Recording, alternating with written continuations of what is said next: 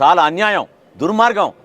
మేము ఎట్టి పరిస్థితుల్లో కూడా ప్రజల పక్షాన్ని నిలబడతాం, ఇప్పటం గ్రామస్తుల పక్షాన్ని నిలబడతాం.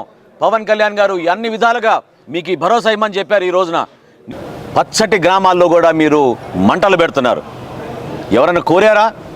ఆ గ్రామానికి వెళ్ళడానికే రహదారి లేదు. గ్రామం మధ్యలో మీరు 140 అడుగులతో రోడ్లు వేస్తున్నాం అంటే ఎంత హాస్యాస్పదం అర్థం చేసుకోవాలి రాష్ట్ర ప్రభుత్వం, రాష్ట్ర ప్రజలు కూడా అర్థం చేసుకోవాలి. ఎటువంటి వ్యక్తిని అనవసరంగా అన్యాయంగా తెలియక ముఖ్యమంత్రి చేసామో ఈరోజు మీరు అర్థం చేసుకోండి. ఈ విధంగా ప్రతిరోజు పాపం వాళ్ళని గత సంవత్సరం నుంచి ఇబ్బంది పెట్టేది కేవలం ఒకే ఒక కారణం. మచిలీపట్నంలో మార్చి 14న మరొకసారి రాష్ట్రంలో ఏనాడు వెళ్ళని విధంగా ఒక అద్భుతమైన సభ మేము నిర్వహించకపోతున్నాం. దానికి 34 ఎకరాలు అక్కడున్న రైతులు నిండు మనసుతోటి వచ్చి ధైర్యంగా నిలబడ్డారు. వాళ్ళని భయపెట్టించడానికి జనసేన పార్టీ సభ జరపకూడదని కుట్రపూరితంగా మీరు